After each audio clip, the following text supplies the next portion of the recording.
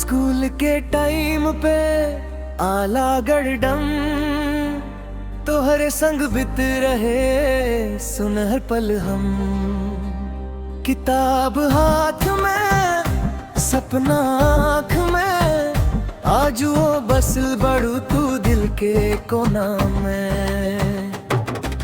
Cycle से रोज school जात रही रास्ता भर हंसी ठिठोली करत रही। डैम किनारे बैठ के बात बनत रहे छोटे छोटे सपना मन में सजत रहे। स्कूल के टाइम पे आला गड़डम याद आवेला हर एक मौसम। पहला पहला प्यार के एहसास आज वो धड़के दिल हर सांस। आला गड़डम आला गड़डम।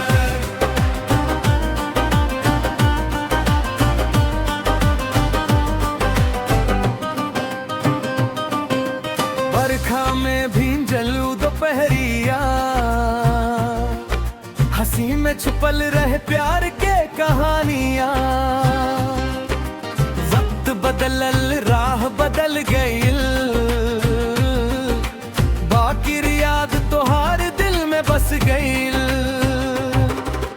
जैसे ओ दिन के छुअल हवा ऐसे ही रह गईल मन में दुआ। तू हंसत रही हम चुपचाप आखिर में बसल रहे मिठ पास।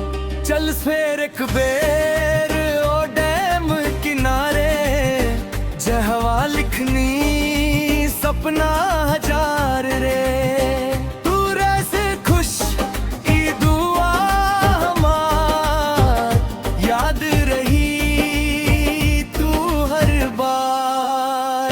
स्कूल के टाइम पे आला गड़डम याद आवेला हर एक मौसम।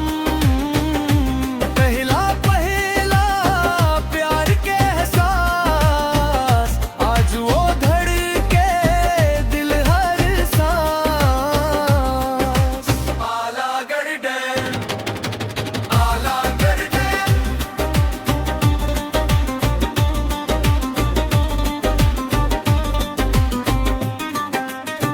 चल फेर एक बेर ओ डैम किनारे पुरन का हंसी पुरन का इशारे जवन छूट गए